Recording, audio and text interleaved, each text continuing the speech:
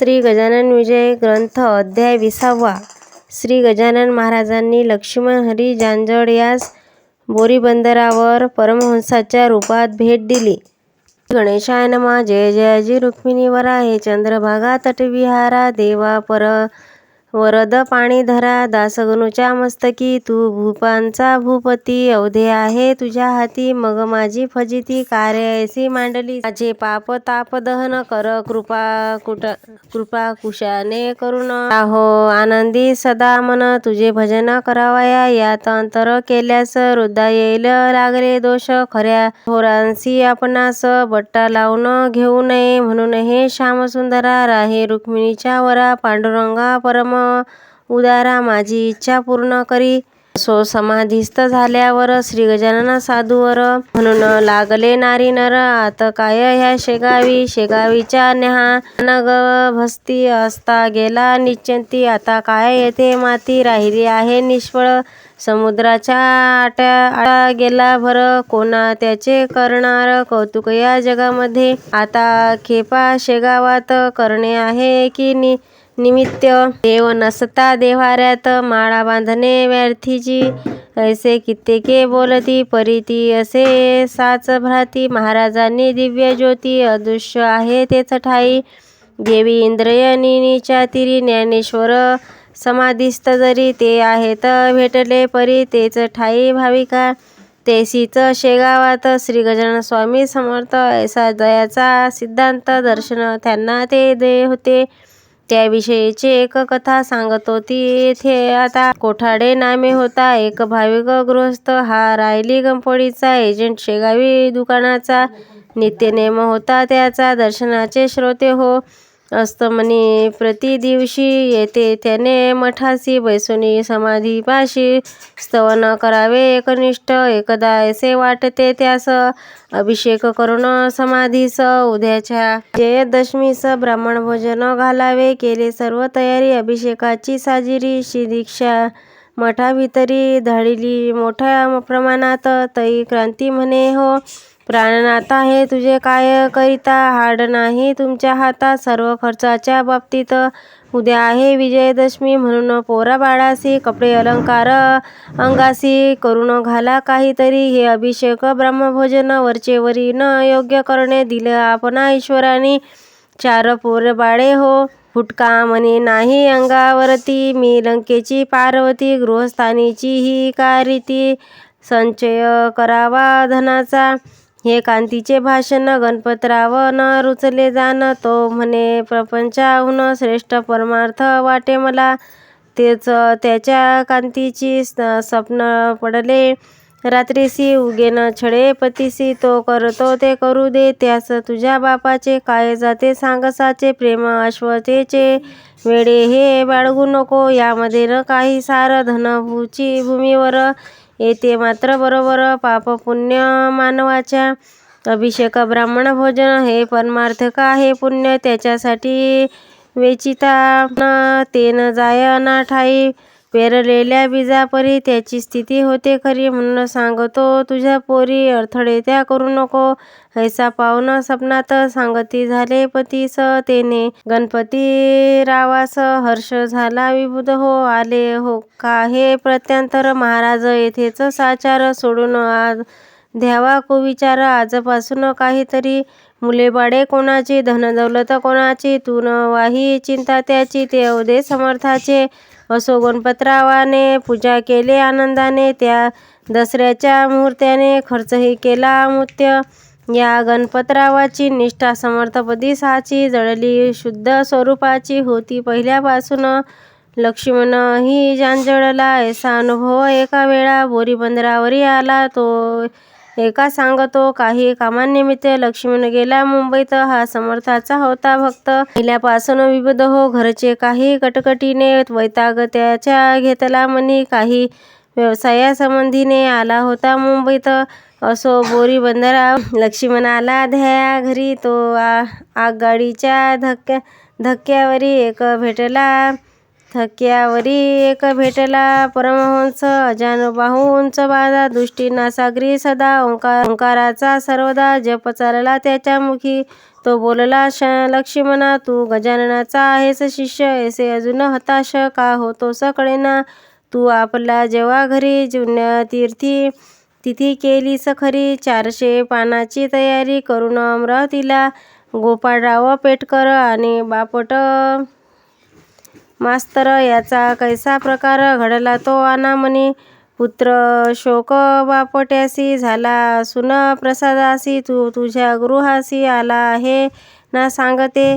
पेटकरचे ब्राह्मण भले, सांग कशाला राहिले. अरे गजानन स्वामी गेले त्या उभयताच्या स्वप्नात, देश करून दोघास आणले होते प्रसादास. ते कैसे विसरलास सांग मला यावेळी. खुनेच्या गोष्टी ऐकून संक्षत झाला लक्ष्मण, म्हणे का असावा कोण हे काही कळे नसे. लक्ष्मणे त्या संन्याशाला आदरे नमस्कार केला. तो पाहता पाहता गुप्त झाला बोरीबंदर स्टेशनला. मग लक्ष्मण घेऊन घरी वागू लागला पहिल्या परी. प्रतिवर्षी आपल्या घरी पुण्यतिथीचा प्रारंभ केला. अवधूत जयराम खेडकरसी राहित साहित्य गावासी भेटले झाले पुण्यराशी. संन्याशांच्या वेशाने एक माधव मार्तंड जोशी, काळब कसूर ग्रामासी आला जो मोजणी करण्यासी जमिनीची श्रोते हो. हा सरकारी नोकर होता, रेव्हेन्यू ऑफिसर. त्याच्या गजानन साधूवर पूर्ण होता भरवसा. दिवसभर मोजणी केली. पुढे त्याच इच्छा झाली आस्तमनाच्या समयी भली शेगावासा जायची. आज गुरुवारचा आहे दिन, घेऊ समर्थाचे दर्शन. ऐसा विचार करून आज्ञा केली शिपायाला, जोड आपुले वेगे दमनी जाऊन शेगावा लागुणी. रात्र जेथे काढून येऊ तई तो शिपाई कुतुबुद्दीन बोलला, कर जोडून आबाळ आले भरून. याचा विचार करावा, मन नदीचे पाणी भले आहे थोडके आता आले, पाही पाणी गढूळ झाले म्हणून केले विनंती. जोशी म्हणाले त्यावर, अरे आता होऊ नदी पार, जा दमनी करी तयार, उगीच सबसी सांगू नको. शिपायाने जोडिले दमनी, आला लगेच घेऊन. जोशी आत बैसोनी जाऊ लागले शेगावा. दमनी घातली नदीत, तो पाणी आले अकस्मात. जाण्या पहिलं तटाप्रत अवसर नाही राहिला.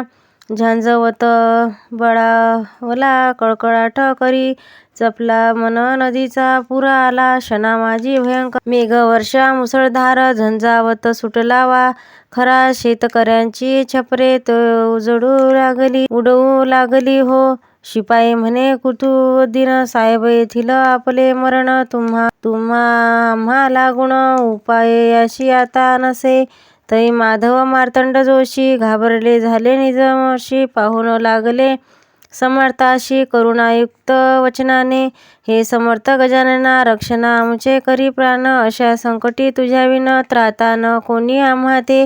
कथा ऐकली पुराणात, जहाज बुडता समुद्रात, त्यास संताला देईल हात. रक्षण केले सर्वस्वी तुही संत सामान्य, ब्रह्मवत्ता करुणा घन करी आमुचे रक्षण.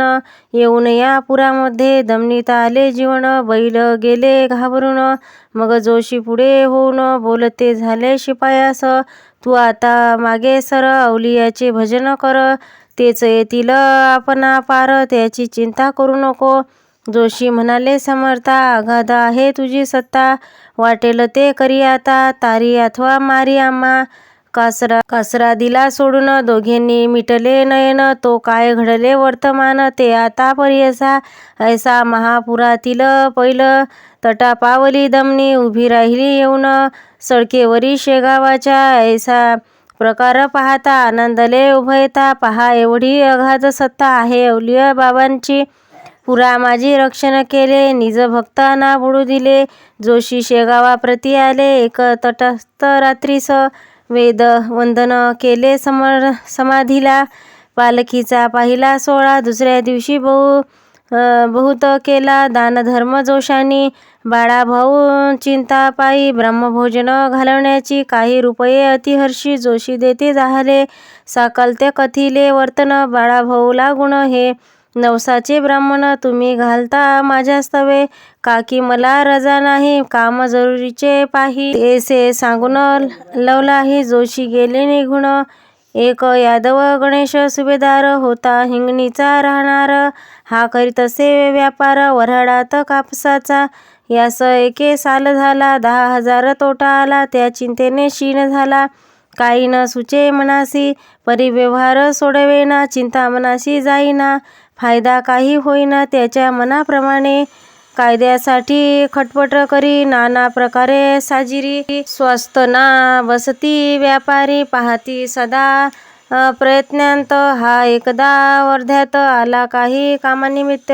उतरण्या गेला घरात विनायक असीकरांच्या. तो इतक्यात येथे आला एक भिकारी बुध हो भला. भिक्षा काही मागायला असीरकरांच्या घरात. पोशाख अवधा मराठी करा माझी भव्य काठी. डोईस होती टोपी मोठी वनातीची मळकट. कपवायूचे शरीर कंपत होते वरचेवर. त्यास पाहता असीरकर चिंता परम कोपरे. तो बेटा मागल्याद्वारी येथे मिळाले भिक्षा खरी. नको चढूस या पायरी ओसरीची या वेळा. पहा हे बोलणे त्याचे भिक्षे करीन मानिसाचे. येईनी वरची ओसरीचे यादव सानिध्य वैस घाल भिक्षा काहीतरी असे म्हणून पुढे करी. भिक्षापात्र भिकारी यादव सुभेदाराच्या. यादव म्हणे मनात भिकारी हा लोचट बहुत. नको म्हणता असता येथ हा बैसला येऊन. येते पाहता न्याहाळून तरी तो भासला गजानन. सुभेदारा कारण शेगावाचा राजयोगी. दृष्टीस तेज अत्यंत स्वरही त्याचे परिसत्य. फरक इतकाच होता त्यात कंप होता तनूला. तेच मुद्रा बोलणे होते समर्थाप्रमाणे. ते पाहून ऐसे म्हणे सुभेदार निज चित्ता. हा जरी मानू गजानन तरी ते गेले समाधिस्थ होऊन. आता महाराज कोठून पडतील आमच्या दृष्टीशी. काही असो पैसे दोन देऊ भिकाऱ्या कारण. श्री गजानन समजून पोहा ज्याचा नको. पैसे घेऊन भिकाऱ्याने आणिक काही देई म्हणे. श्री गजानना कारणे शेगावी पेरणी वाट गुडाची. ते वायदे करीसी वरचेवरी. ते मी ना आता मानणार. तोटा 10,000 तुझ व्यापारी आला ना. त्याचा विचार अंतरी करून देई काहीतरी. रुपये मजला लवलाही काढ पाकिट खिशातून. ऐसे भिकारी बोलता सुभेदार झाला देता काही रुपये तत्वता पाकिटाचे काढून. भिकारी म्हणे ते अवसरी असंतुष्ट मी तुक्यावरी. होत नाही दे लवकरी आणखी रुपये काही मला. पुन्हा रुपये काढिले भिकाऱ्यासी अर्पिले. तो इतक्यात घरात गेले विनायकरांच्या असीकर. यादवराव एकटा बसला होता असीकरांच्या ओसरीला. ते पाहुणा बोलला सुभेदारासी येथे रीती. संशय गजाननाविषयी का घेतोस चित्ती पाही. कपडे काढून उभा राही माझ्या पुढे या वेळा. तुझ्या अवध्या अंगावर दृष्टी पडू देईल आज वार. माझी येणे होईल दूर व्याधी तुझी यादवा. तू मजला मुलापरी कार्य राजसी अंतरी. ऐसे म्हणून पाठीवरती हात फिरविला तयानी.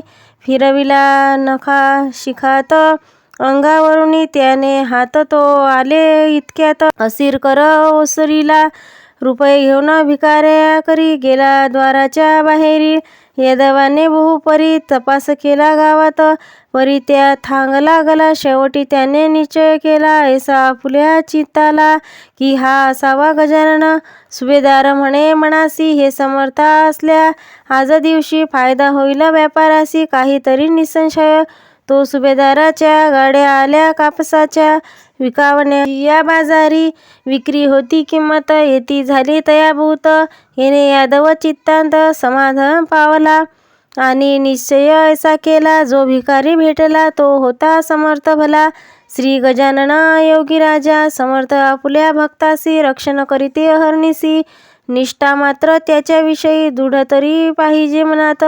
भाऊ राजाराम कवर खामगावी होता तर त्यांनी तेल्हाऱ्यावर बदली असे जाहली. म्हणून येथे जाण्याची खामगावहून निघाली. सहकुटुंब मठात आला. ध्यायाश्रीचे दर्शन. गाडी गेली तेल्हाऱ्यासी. तयारी केली निघण्याची. वेळ अस्तमन असती झाली त्या वेळा. बाळाभाऊ मठापती तो त्या बोलला येणेरीती. अहो एक माझी विनंती, प्रसाद घेऊन जावे तुम्ही आजपर्यंत गेला नाही येथून उपोषित. आज असे विपरीत का हो मनी आणिले.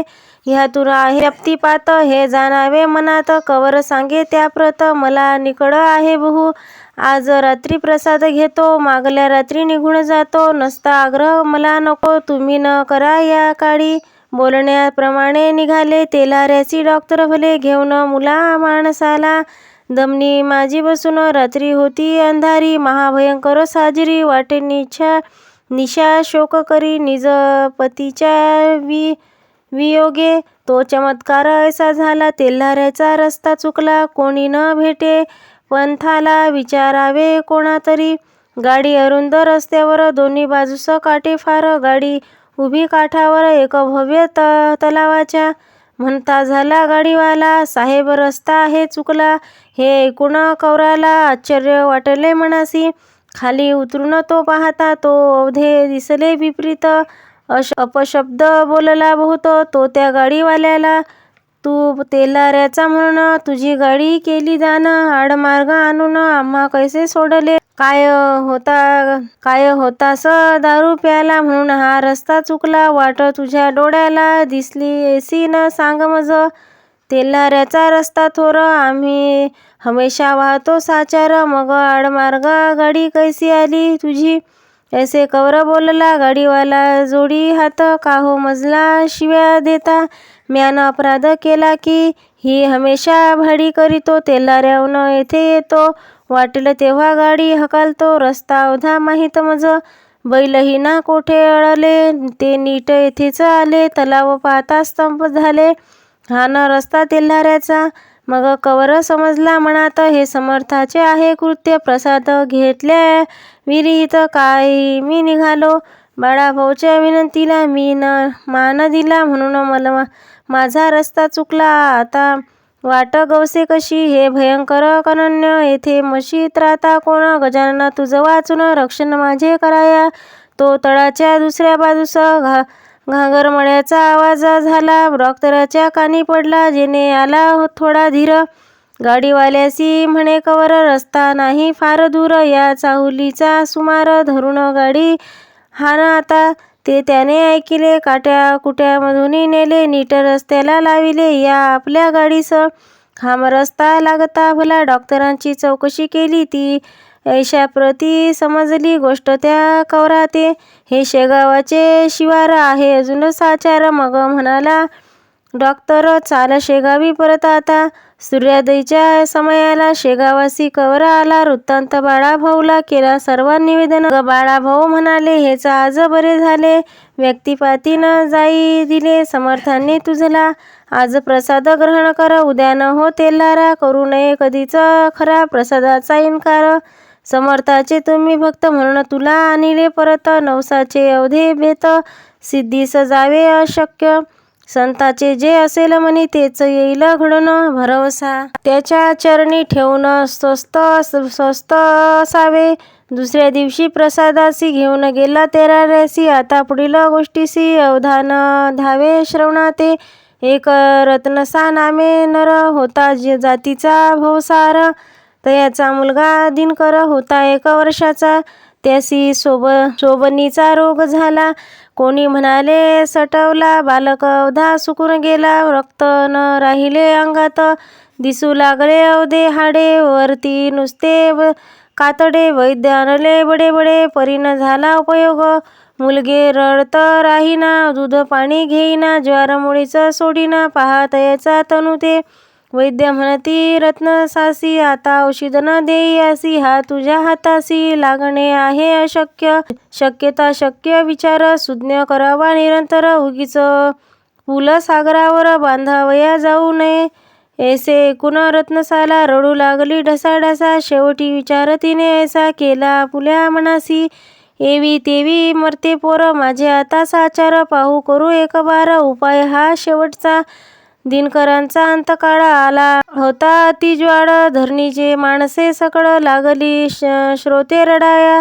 हातपाय गार झाले, नेत्र तेज मंदावले, मनगटाचे सोडिले कठीण पहा नाड्याची. ऐसा स्थिती माझारी, रत्नसाने पुत्र करी घेऊन ठेविला असे द्वारी. नेऊनिया समर्थाच्या आणि केला त्यासी नवस, पुत्र माझा उठल्यास शेरणी वाटील तुम्हास. मी 5 रुपयाची तुम्ही पावले अवध्याला, त्याचा अनुभव द्यावा मला. मीही आहे अपुरे, माझी उपेक्षा करू नको. माझे मुल द्वारात, तुम्ही जरी झाले मृत, तरी अवध्या वराडात तुझी होईल नाचकी. अमृतापरी तुझे चरण आले सांगत आम्हाजन. हे स्वामी गजानना कृपा करा या बाला. पुत्र न माझा उठला जरी, मी डोके फोडीन पायावरी. तुझी आज निर्धारी ऐसा निश्चय मनीचा. अमृत तुल्य तुझी दृष्टी, त्यासी करावी आज रुष्टी. नको करूस मला कष्टी, महापुरुषा गजानना. त्यास काही वेळ झाला, तो प्रकार ऐसा घडता आला. मुलं हातपायाला हलवाव्या लागले, नाडी आली ठिकाणी रुंदन करू लागले जनी. तो प्रकार पाहून लोक सारे आनंदले. समर्थ कृपा झाल्यावर राहिले कोठून त्या दर. सूर्याची या समोर तमाचा तो पार नसे. दिनकर थोड्या दिवसात होता झाला पूर्वतंत. नवस असला श्रद्धायुक्त तो फडे हा न्याय. दादा कोल्हटकरांचा पुत्र राजा नावाचा आहे, प्रसाद समर्थाचा संत कृपा अमोल खरी. कन्या रामचंद्र पाटलाची, चंद्रभागा नावाची, ज्वार 18 वर्षाची. लाडेगाव सासरीजीचे. ही असता गरोद प्रसंग आला दुर्धर. प्रस्तुतीची वेळ फार कठीण स्त्रिय जातीला. लाडेगावाहून माहेर चंद्रभागा आली खरी. प्रस्तुती निर्धारी जनरीतीप्रमाणे मोठ्या कष्टाची प्रस्तुती झाली तिची निश्चिंती. तोच चंद्रभागावरती ज्वार अमल बसविला. तो होता नवज्वार. थकून गेला डॉक्टर, औषध उपचार केले फार. आपुल्या मुलीस पाटलांनी थोड्या बहुत गुण आला. व्याधी तितक्या पुरता दमला, परी नव्हता मुळी झाला नामशेष देहातून. चंद्रभागा आजारी पडू लागली वरचेवरी. एकदा अकोल्या नेली खरी, औषध तिला द्यावया. वैद्य विधाने नाना करीती, कोणी नळ संग्रहणी बोलती, कोणी वैद्य ऐसे म्हणती. क्षय झाला मुलीसह्या, वेळ कोणाचा ऐकाला नाही मुळी लागला. मग पाटलाने विचार केला, आता वैद्य गजानन तारी अथवा मारीही.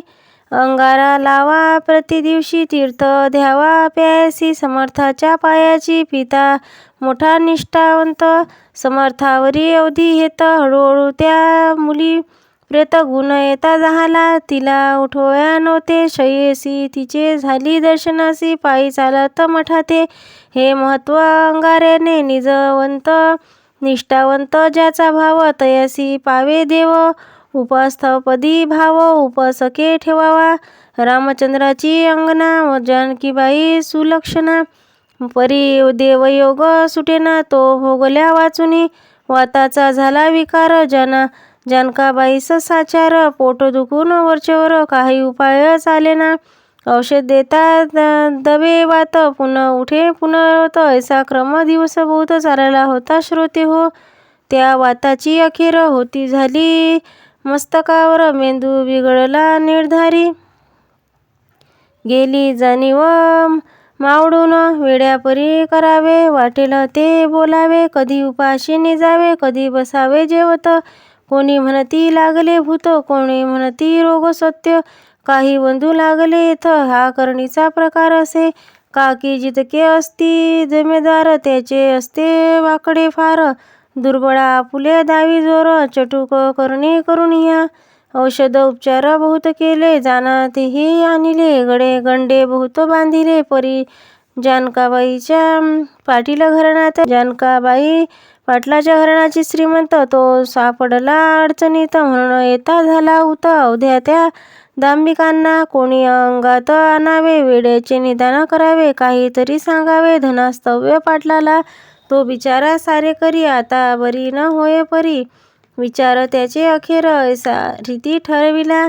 वैद्य आता गजानन जाणता आता गजानन देव ऋषी आता गजानन तो जे वाटेल ते करो. माझ्या बायको सून त्याची ही भवानी माझी साची. आता अन्य उपायाची गरज नाही आम्हाला. तू उद्यापासून प्रांतकाळी करी स्नान. मठा माझी जाऊन घाली प्रदक्षिणा समाधीसी. ते तिने पतीचे वचन सर्व थोक केले मान्य. समर्था समाधी लागून घालू लागली प्रदक्षिणा. गेले न त्या मात्र बाया वाया आली सद्गुरु राया. वाता विकार जडुनिया निर्दिशती जाहाली. खऱ्या खऱ्या संताची सेवा न जाई वाया साची. परी निष्ठा मना जडणे येथे अशक्य. समर्थाच्या नंतर बाळाभाऊ गाडीवर बसले. त्याचे चमत्कार काही थोडे झाले. हे वैशाख वद्य षष्टीसी शेगाव गेले वैकुंठासी. त्याच मागून गादीसी बसले येऊन नारायण. बाळाभाऊ जेव्हा गेला तेव्हा नारायणाशी स्वप्न पडले. नांदुरे ग्रामी भले ते थोडे सांगतो. हे माडी नारायण तू शेगावास करी गमन. रक्षण भाविका जनांना ऐसे मला वाटते. ऐसे स्वप्नी सांगून निघून गेले गजानन. म्हणून आले नारायण शेगावा माझारी. काही दिवस यांनीही अधिकार चालविला त्या ठाई. याची समाधी काही पाही. चैत्र शुक्ल षष्टीला पूर्व सुकृता वाचून संत सेवा न घडे जाण. संत सेवेचे महापुण्य त्या पुण्य पारण असे. श्री गजानन लीलेचा पार कधी न लागायचा. अंबरेच्या चांदण्यांचा हिशेब कोणी लागे कधी. ही अज्ञान पामर मती नाही तीडभर. मग हा लीला सागर मुखी केवी वर्णू हो. त्याने जे जे वंदले ते मी कथीन केले. लेखणी अक्षर लिहिले परी ते न तिचे समर्थ. मी लेखणी ज्याचे करी तेच अक्षरी काढी. सारी निमित्त्या कारणे होते खरे. लेखणी ती लिहावयाचा तसेच जेथे झाले. मी लेखणी काम केले लिहिते लिहिवते स्वामी भले. श्री गजानन महाराज त्यांच्या कृपे करून मी हे केले लेखन. येणे माझे मोठेपण कधीच नाही विबुध हो. स्वस्ती श्रीदास विचरित श्री गजानन विजय नामे ग्रंथ. आता आला कळसा प्रत. कळस सान्निध्य पुढे असे. शुभ भवतु. श्री हरी अर्पणाय. इति श्री गजानन विजय 20 अध्याय समाप्त.